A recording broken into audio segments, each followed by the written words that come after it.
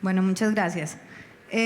Para mí, la verdad es un honor estar aquí sentada con un panel tan calificado y en particular con el doctor Manuel Ramos, que creo que es el agrarista por excelencia en Colombia. Creo que los que tenemos algún grado de conocimiento de derecho agrario, así sea mínimo, todo se lo debemos a este panelista que hoy nos acompaña. Para quienes no lo conocen, el doctor Ramos pues es una eminencia, es abogado, doctor en Derecho y especialista en Derecho Público de la Universidad Nacional.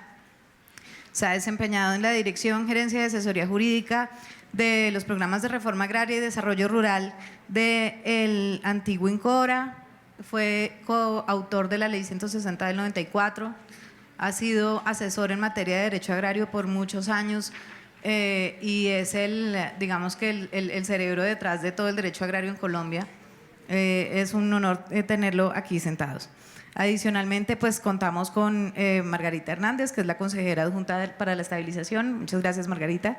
Es abogada, máster en Derecho en estudios sobre problemas políticos latinoamericanos, especialista en Derecho Administrativo y en Gobierno y Gerencia y Asuntos Públicos. Adicionalmente, contamos con Norma Villarreal, que es la experta en temas de género de Eurosocial. Muchas gracias por acompañarnos. Es doctora en Sociología de la Universidad Autónoma de Barcelona, con maestría en Desarrollo Rural de la Facultad de Agronomía de la Universidad Central de Venezuela y pregrado en Sociología de la Universidad Nacional de Colombia. Gracias por acompañarnos. Y Mónica Darme es asesora del despacho del Ministerio de Agricultura, es abogada especialista en Derecho Administrativo de la Universidad Nacional. Fue jefe de la oficina jurídica del INCODER y es actualmente asesora en materia de acceso a tierras y formalización de la propiedad rural del Ministerio de Agricultura. Muchas gracias por acompañarnos. Este tema en particular, en lo personal, digamos, para mí es apasionante, todo lo que tiene que ver con derecho agrario y en particular acceso a la administración de justicia de nuestros habitantes en áreas rurales y rurales dispersas. Existe una clarísima deuda del Estado colombiano en esta materia. Ha existido cerca de 6 intentos en la historia de la República de implementar una oferta institucional, judicial, oficial para resolver estos diferendos y conflictividades asociados a la tenencia de la tierra. Hemos pasado desde, y el doctor Ramos, que es una eminencia, me corregirá, desde el año 57 de una jurisdicción que se asignó a los jueces laborales porque se partía de una asimetría en las relaciones procesales similares a las que existen entre trabajador y empleador. En el 64 nuevamente esa oferta judicial se trajo a lo civil. En el 88 se creó una sala agraria en el Consejo de Estado y se consideró que la litigiosidad agraria estaba más asociada a los conflictos suscitados por el antiguo INCORA y el Ministerio de Agricultura. Luego era un tema meramente contencioso administrativo. En la ley estatutaria 270 del 96 se suspendieron las labores de los únicos 3 juzgados agrarios que se crearon con el decreto ley 2303 del 89, que ha sido la única normatividad que logró sobrevivir algunos años, que tristemente pues digamos que no tuvo el impulso ni la implementación que se trazó y que adicionalmente fue derogada con el Código General del Proceso.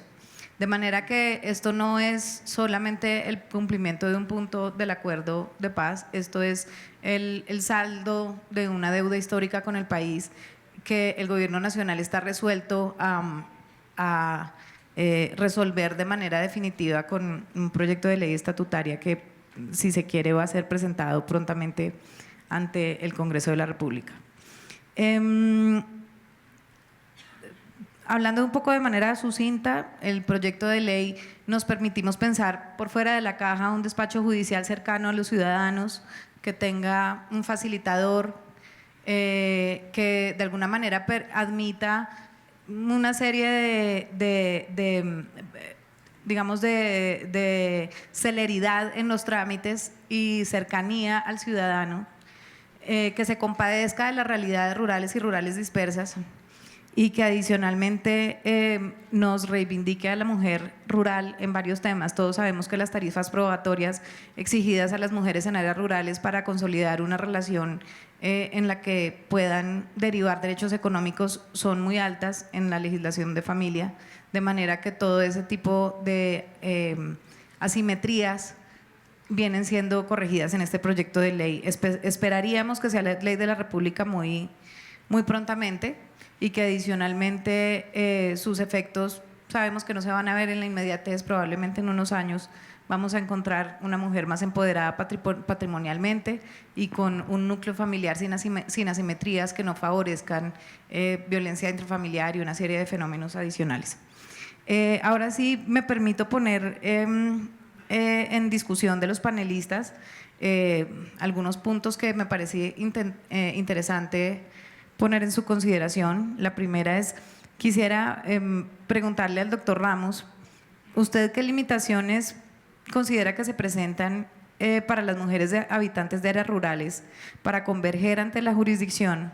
¿Y cuáles considera usted que pueden ser las medidas que podrían adoptarse en este proyecto de ley estatutaria para favorecer ese tipo de población?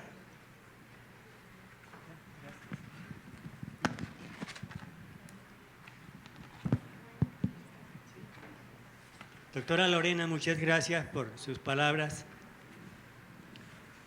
En relación con la primera pregunta, ¿qué limitaciones se presentan a las mujeres habitantes de las áreas rurales para concurrir ante la jurisdicción y qué medidas adoptar en este proyecto de ley? Las medidas a adoptar ya se encuentran en el proyecto de ley, como son las siguientes. En el artículo 6, la gratuidad, pero se sugiere tener en cuenta en el citado artículo que dentro del proceso y la garantía de defensa de las mujeres rurales, por ejemplo, se estudie la posibilidad de crear para ellas la figura del defensor público agrario, es decir, una defensa técnica gratuita. El derecho agrario, del cual no puede desprenderse este código procesal que es el proyecto de ley, es desde el punto de vista sustancial un derecho de tutela de intereses económicos y sociales que tienen características públicas, las que al trasladarse al proceso deben constituir garantías de esos derechos. No se puede tratar de igual manera a los desiguales.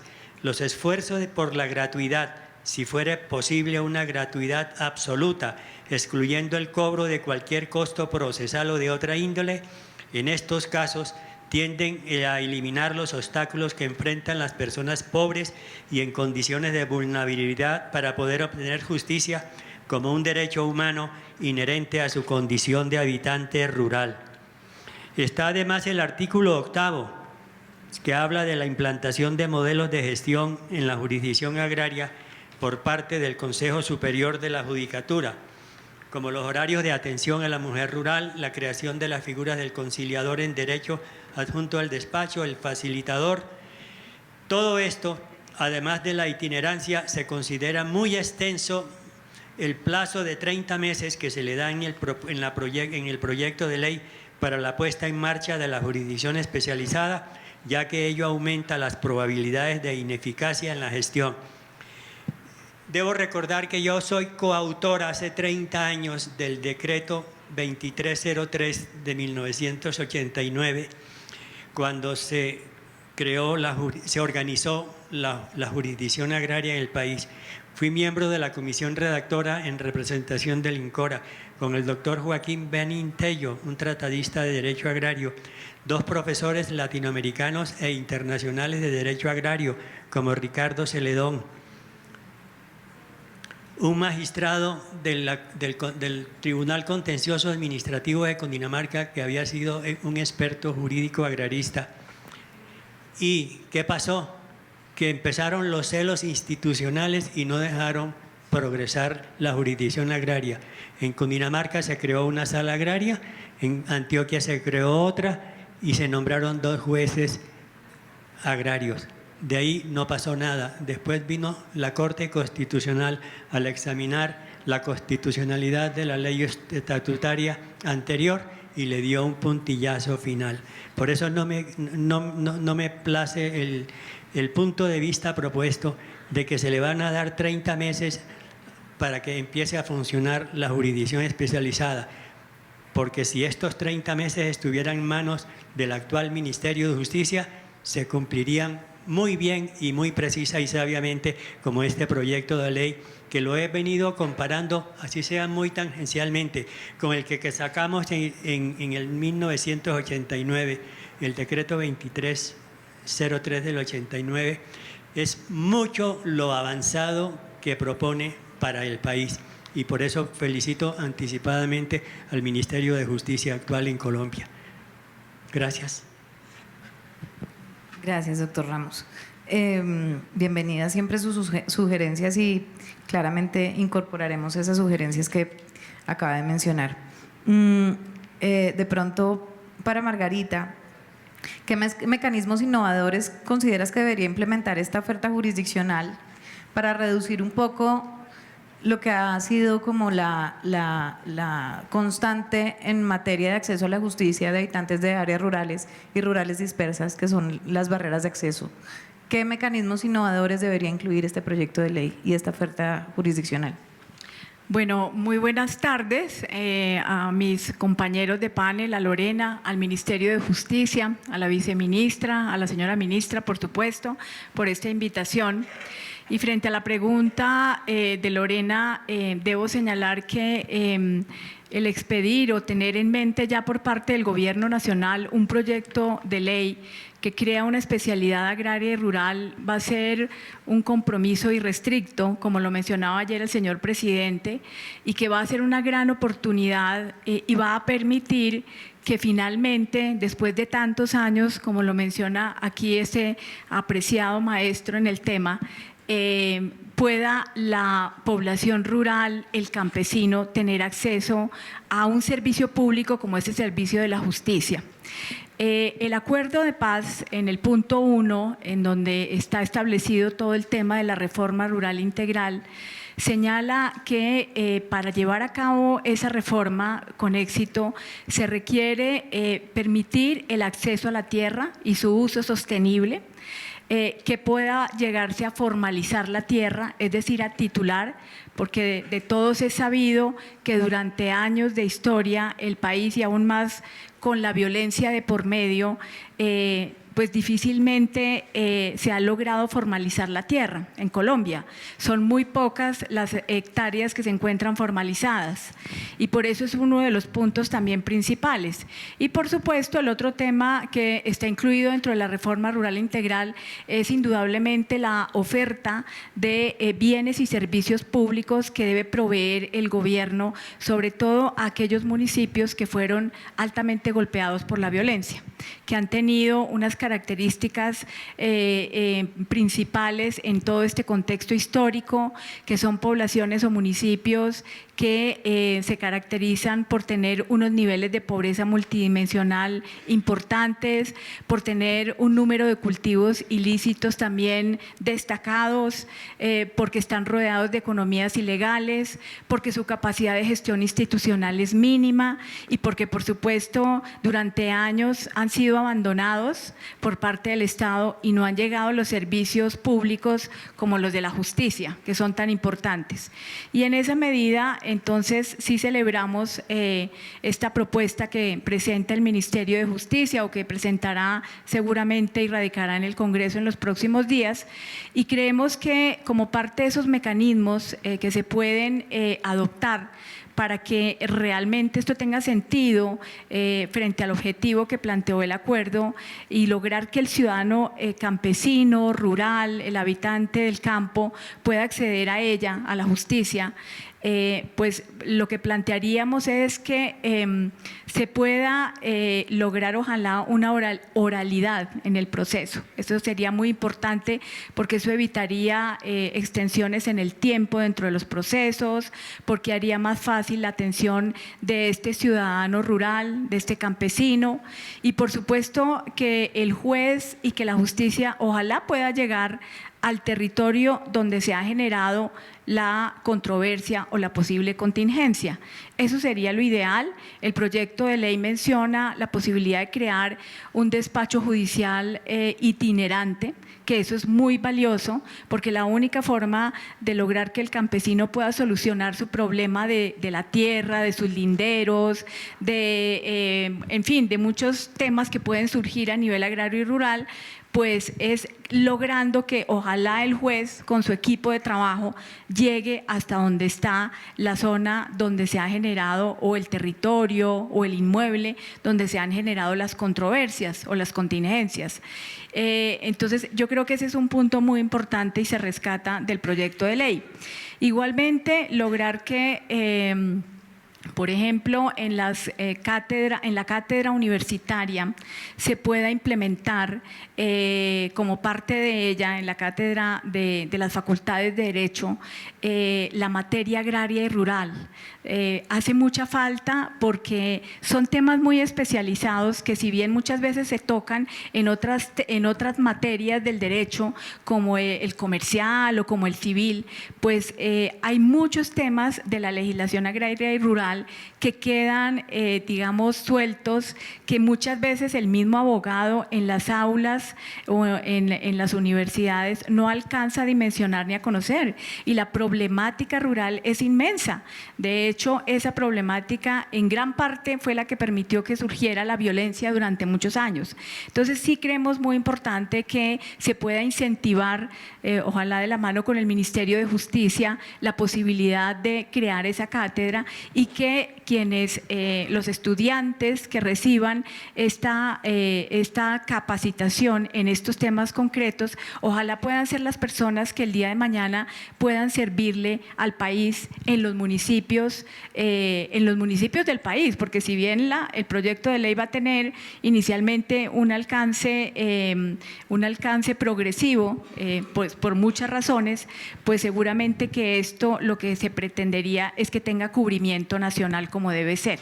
Entonces, en esa medida creemos que también es importante ese punto y bueno, otras tantas que se me ocurren, pero también quiero dejarles la palabra a mis otros compañeros de panel. Gracias.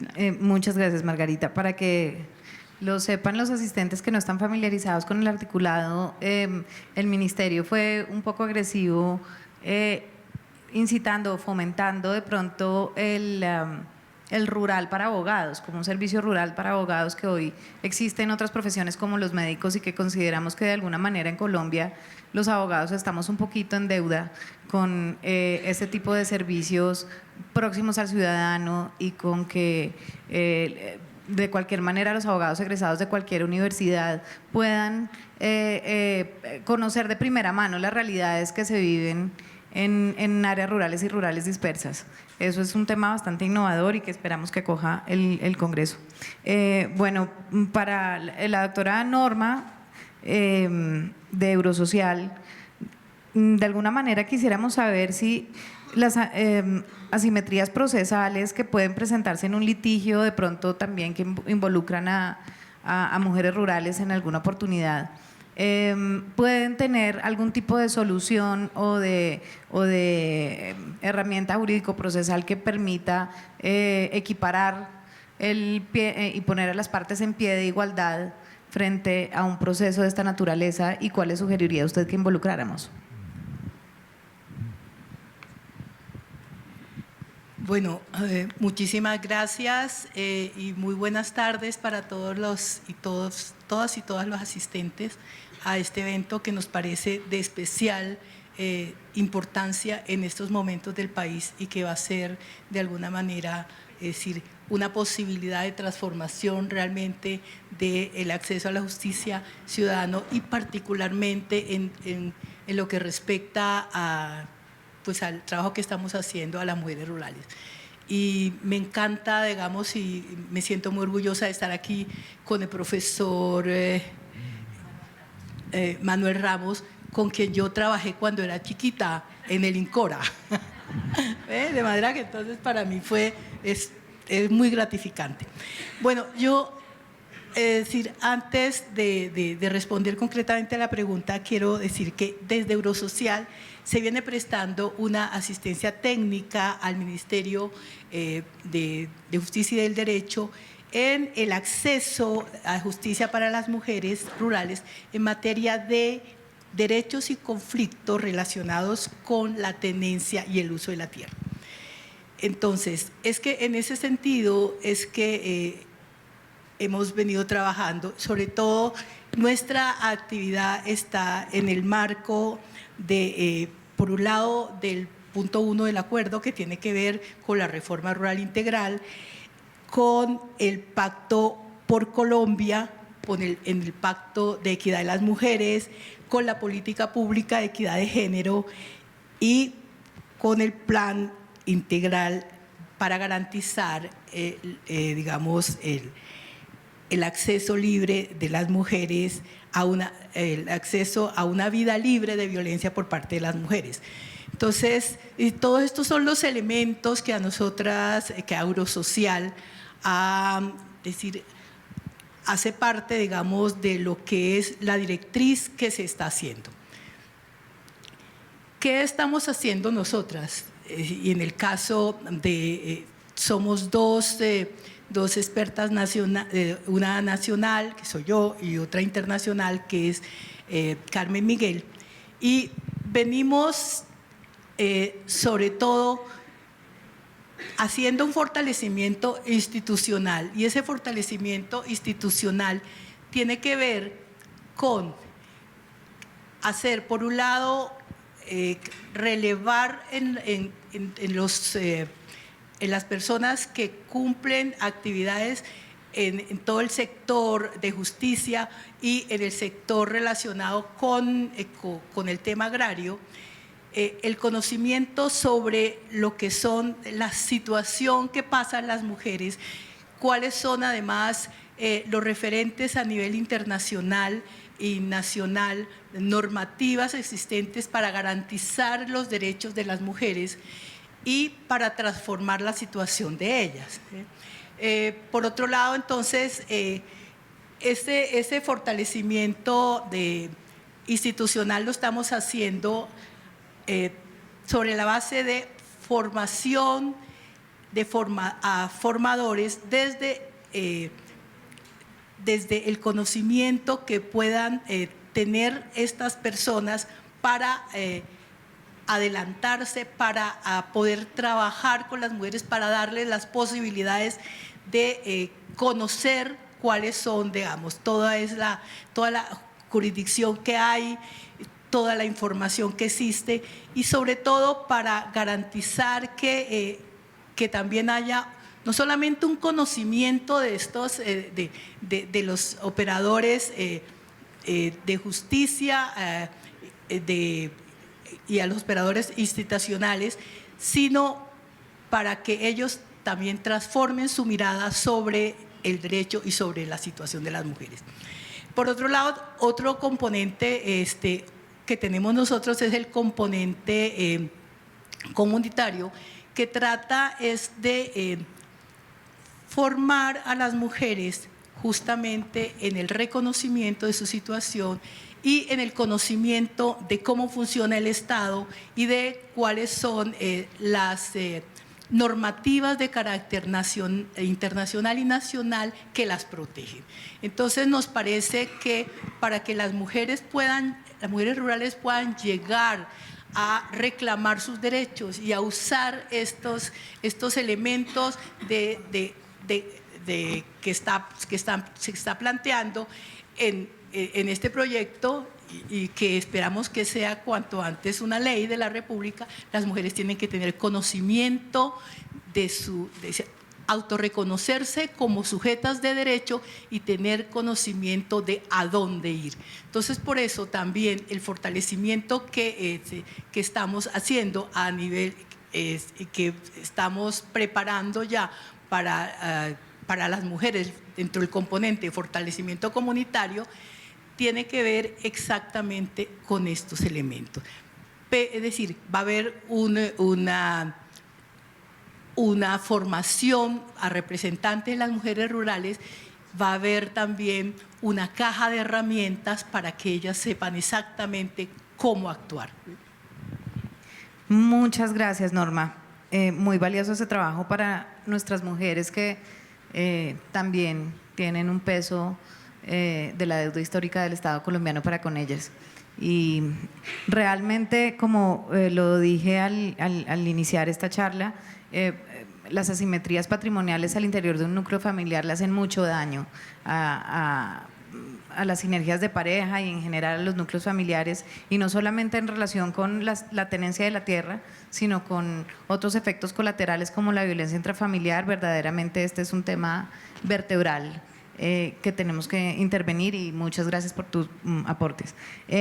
Mónica, tú que manejas el día a día desde el Ministerio de Agricultura, de la litigiosidad y de la conflictividad asociada a los temas de tierras, y que también tienes absolutamente claro cómo se maneja estos temas en las cortes y en los tribunales, ¿cómo te sueñas este despacho judicial de la especialidad agraria de cara al ciudadano? ¿Cómo crees que debería estar incorporado en el proyecto de ley? Y si como está incorporado, ¿crees que debería tener algún tipo de mejora? Bueno, buenas tardes para todas y todos. Creo que este es como un momento histórico en el que se va a poder realmente crear la jurisdicción agraria, no únicamente desde la ley, sino también desde la voluntad política. Tenemos un acuerdo de paz que asumió el compromiso de que esto sea una realidad, no solo una jurisdicción creada en la ley que se ha quedado un poco en el papel, sino que sea una jurisdicción cercana al ciudadano, una jurisdicción que esté, digamos, vista desde el punto de vista contencioso administrativo, porque como ustedes saben, los temas agrarios tienen relación con entidades públicas como la Autoridad de Tierras y tienen relación con bienes públicos, como conocen ustedes la problemática que hay con el tema de los bienes baldíos de la nación. ¿Sí? Pero también tienen problemas cercanos y problemas de las comunidades directamente, que son más naturales de un juicio civil.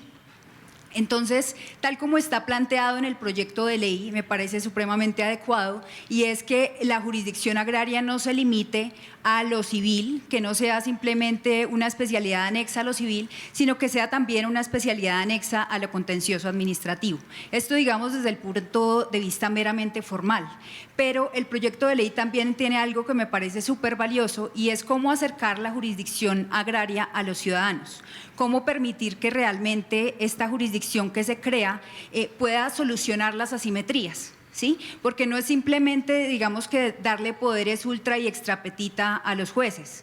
También es importante que se le dé un papel fuerte a las organizaciones de mujeres, a las organizaciones campesinas, a las organizaciones de la sociedad civil, a las ONGs, para que estas organizaciones no solo apoyen y puedan ser actores activos de los procesos judiciales, que puedan coadyuvar, sino que además puedan presentar demandas. Eso me parece súper valioso, porque como ustedes saben, pues digamos, la justicia está normalmente en las cabeceras municipales. Otra idea, de hecho, muy interesante, que ya la habían mencionado, es que estos despachos tengan la posibilidad de ser itinerantes, o sea, que el juez realmente pueda estar cerca a los campesinos, que son esas personas que necesitan de la intervención de la justicia, que además también se les dé la posibilidad de que haya un conciliador adjunto al despacho judicial, para que también se busque que a través de los mecanismos autocompositivos y heterocompositivos las personas se acerquen a la justicia y puedan eventualmente solucionar sus problemas directamente. Otro punto que me parece súper importante es la especialidad. Precisamente como lo estábamos diciendo, Colombia tiene una deuda histórica con el derecho agrario. El derecho agrario no es sinónimo del derecho civil. ¿Sí? Quien sabe derecho civil no necesariamente sabe derecho agrario, y de hecho parte de esto es precisamente lo que ha causado la crisis que hay con el tema de los bienes baldíos, el desconocimiento que hay, lo que ha pasado con digamos que con que haya juicios de pertenencia sobre predios baldíos cuando no debería ser así, sino debería ser la autoridad agraria la que los adjudique. Y es muy importante que comience de base, digamos, desde las universidades, pero también con jueces que conozcan de lo que están decidiendo, ¿sí? No únicamente limitarnos a los jueces que existen actualmente en restitución de tierras, no es suficiente, y de hecho en este momento, con la modificación que introduce el decreto 902 de 2017, es casi que una necesidad a gritos que exista una jurisdicción agraria que además vaya a resolver la fase judicial de todos los procesos agrarios que antes tenía, digamos, para resolver únicamente la autoridad administrativa. Hoy en día la Agencia Nacional de Tierras tiene una fase administrativa, digamos, que investiga y hace toda la labor de analizar todas las pruebas y todas las situaciones que están de los conflictos agrarios que tienen que ver con predios baldíos, con predios privados, clarificaciones, extinciones de derecho de dominio, pero es un juez el que va a tomar esas decisiones. Y hoy en día no tenemos jueces especializados en materia agraria. Entonces, por eso es súper importante que estos jueces conozcan su tema, que eventualmente también conozcan temas ambientales, pero estrictamente relacionados con lo rural. ¿Por qué? Porque queremos una justicia que sea para los campesinos, ¿sí? Que se especialice en los temas de los campesinos. Y creo que todas estas cosas las trae el proyecto de ley. Otro avance que me parece también muy importante es que en el proyecto de ley se pone dentro de los requisitos que tiene que tener en cuenta el juez la caracterización del grupo familiar. O sea, realmente parte de que el tema de las mujeres y que las mujeres tengan una participación activa es, pues, naturalmente capacitación, naturalmente que estén las organizaciones de mujeres participando en todo el proceso, pero también que sean visibles dentro del proceso, que cuando el juez tome una decisión sepa que hay una mujer, sepa cuáles son las relaciones de esta mujer en este núcleo familiar.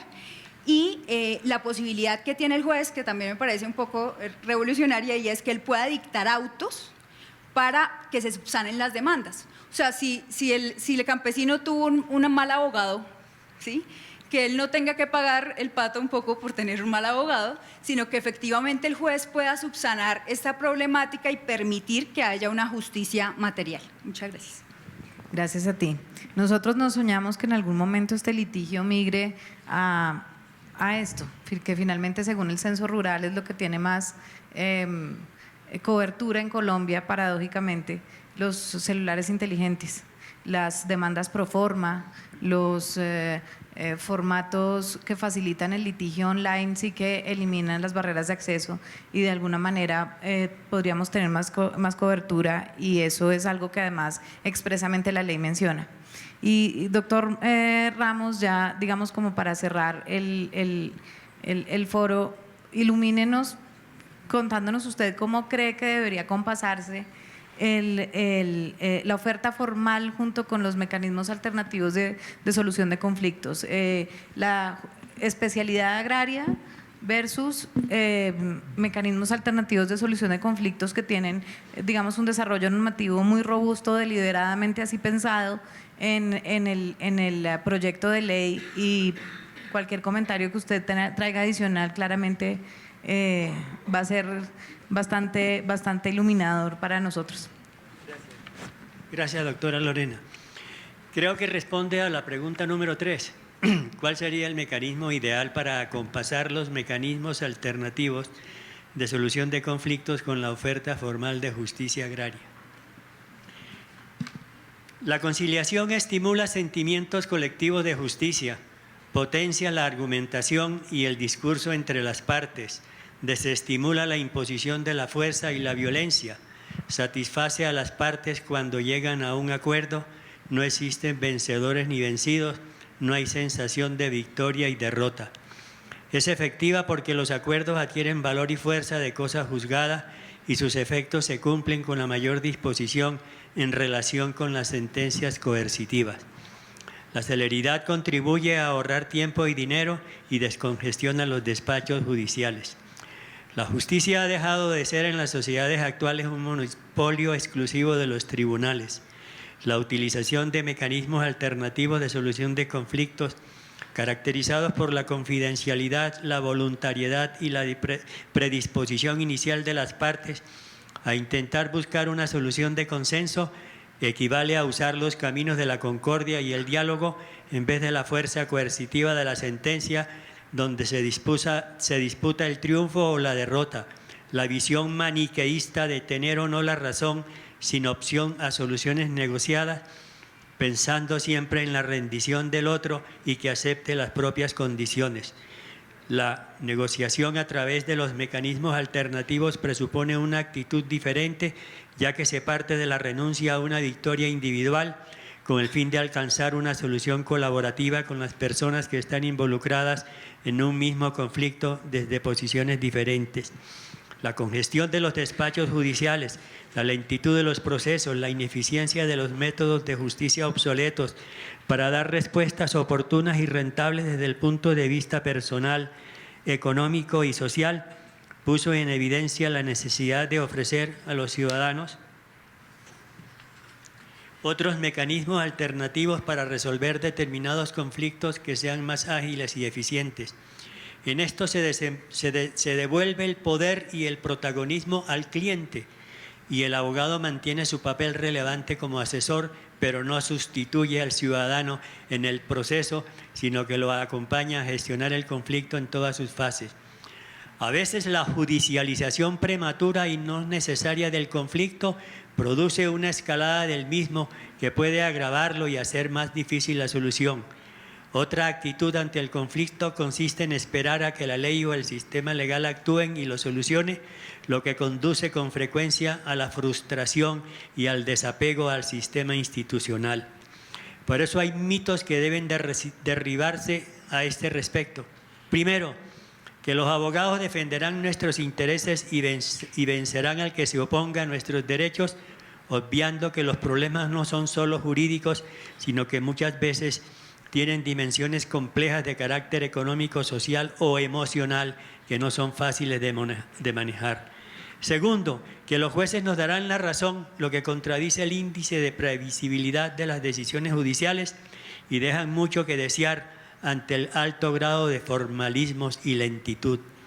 Por lo demás, la solución no es definitiva porque quien pierde muchas veces busca la revancha. Que la respuesta está en la ley, pero esta no contempla todas las circunstancias que concurren en la vida y que ante un determinado conflicto las personas implicadas tienen la facultad de decidir lo que mejor les conviene con criterios de justicia natural y atendiendo a otros factores no previstos en la ley.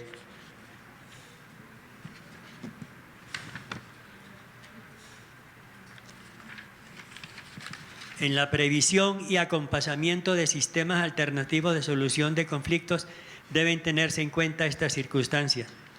Hay personas más proclives a actuar por sí mismas sin tener en cuenta la opinión de los demás y otras que optan por evitar enfrentarse a los conflictos y prefieren inhibirse y dejar que los problemas se solucionen solos. Es la falta de diálogo que no permite saber previamente con quién hablas, de qué debes hablar y se desconocen estas reglas básicas de un diálogo positivo. Primera, respeto hacia el otro. Segundo, saber escuchar, conocer las razones y necesidades del otro sin posturas inamovibles y cerradas. Y tercero, afrontar el diálogo con el menor número posible de prejuicios negativos. En muchas ocasiones el fracaso de esos mecanismos alternativos se debe a la utilización del método no adecuado o útil para el caso concreto, basándonos en la información que nos ofrecen diversos indicadores. Por ejemplo, la conveniencia de mantener las relaciones personales o económicas para el futuro de las partes en el conflicto, la importancia del factor tiempo para la resolución del caso, la naturaleza de los intereses en juego. Este es conocido como el sistema de multipuertas, instalados en la fase de admisión de las demandas judiciales del área anglosajona y que busca aconsejar a las partes métodos distintos a la controversia judicial cuando consideran que podrían ser más útiles y efectivos. Ya termino, doctora.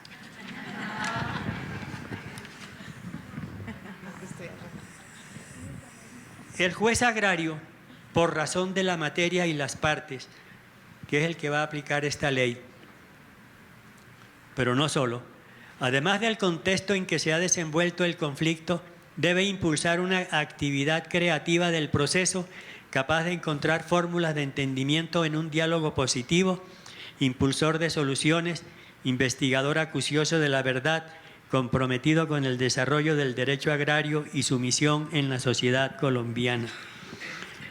Por tratarse de personas y ya termino, por tratarse de personas que se hallan en especiales condiciones sociales y económicas, incluso amparadas por una particular protección constitucional, me permito sugerir que en la nueva legislación de la especialidad judicial agraria se comprendan los casos anotados en la pregunta, vinculando en las conciliaciones de aquellas por las circunstancias y valores económicos, políticos, sociales, psicológicos, filosóficos, comunicacionales, etcétera, que representan no solamente los aspectos jurídicos o legales que abarcan, sino que los estudiantes de los últimos años de las carreras de psicología, sociología, trabajo social, psicopedagogía y comunicación social puedan colaborar en los centros de conciliación y en las oficinas de las autoridades de conciliación, haciendo sus prácticas en las respectivas audiencias y apoyando en general y activamente el desempeño de los conciliadores. Esto creo que se halla en una norma vigente, el artículo 5º, inciso 2 de la Ley 640 del 1, que sería bueno mirar con detenimiento. Muchas gracias, doctora. Siempre es un placer escucharlo y sus intervenciones siempre son bastante enriquecedoras de cabo a rabo. Como tenemos unos pequeños minutos, unos pocos minutos, quería preguntarle a Margarita un punto específico. En algún momento se planteó que la oferta judicial, el mapa judicial de esta especialidad la definiera el Gobierno Nacional en sede de la rama ejecutiva del Poder Público. El proyecto de ley lo que decide es el Consejo Superior de la Judicatura, tiene que definir cuál es ese mapa judicial de acuerdo con los índices de conflictividad y con la información que recabe para el propósito y que le ayude suministrándola el Ministerio de Agricultura. Pero en ese punto se insiste que siempre se tengan en cuenta los PEDETs. Digamos ¿qué espera la Consejería para la estabilización de esa oferta judicial en los PEDETs en particular y esa prioridad, cómo debería llevarse a cabo durante la implementación escalonada de la especialidad agraria?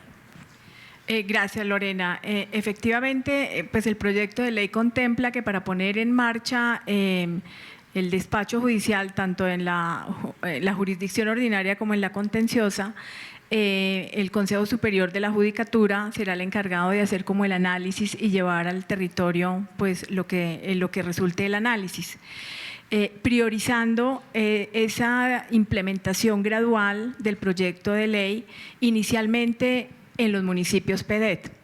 Efectivamente, eso es lo que esperaríamos porque, como lo mencionaba hace unos instantes, esos 170 municipios fueron los más golpeados por la violencia, los que más abandono estatal han tenido durante muchos años, los que requieren con urgencia la necesidad del servicio público de justicia, porque están rodeados igualmente de otra serie de características que lo que van a permitir, si no llega a la justicia, es que se siga engendrando más violencia.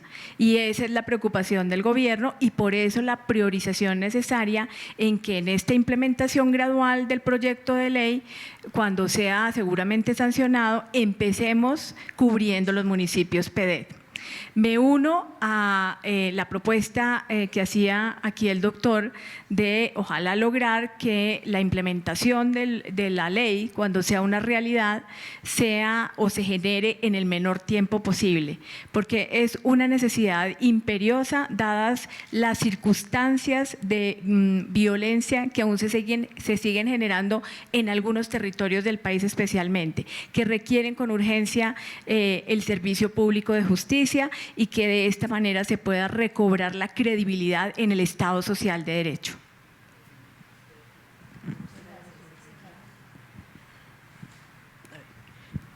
Bueno, ya que la doctora acaba de señalar el tema relacionado con la situación de los municipios que tuvieron un alto impacto del conflicto armado y que ahorita hacen parte de los municipios PEDET.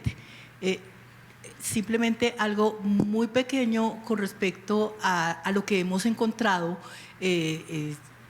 por parte de Eurosocial en el trabajo que estamos haciendo y que hubo la posibilidad de decidir y de tomar, digamos, un proyecto piloto para hacer todo este tipo de trabajo.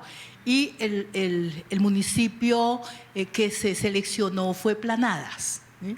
Y entonces allá en Planadas hemos encontrado muchos de los elementos que aquí se acaban de señalar, y es infortunadamente casi que una ausencia de la institucionalidad.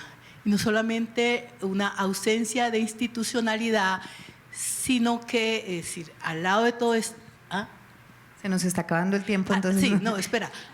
Al lado de toda esta situación, entonces hay una carencia total de información de los habitantes acerca de qué es lo que tienen derecho. Y por otro lado, en el caso particular, digamos, de la oferta institucional, que como dije antes, no hay conocimiento, entonces también el tema es que a veces cuando hay información sobre la oferta institucional, eso decían las mujeres en un grupo focal que tuvimos, que se queda en el casco urbano. Entonces, esos elementos me parecen de vital importancia para poder expandir toda esta idea transformadora. Gracias. Clave, muchas gracias.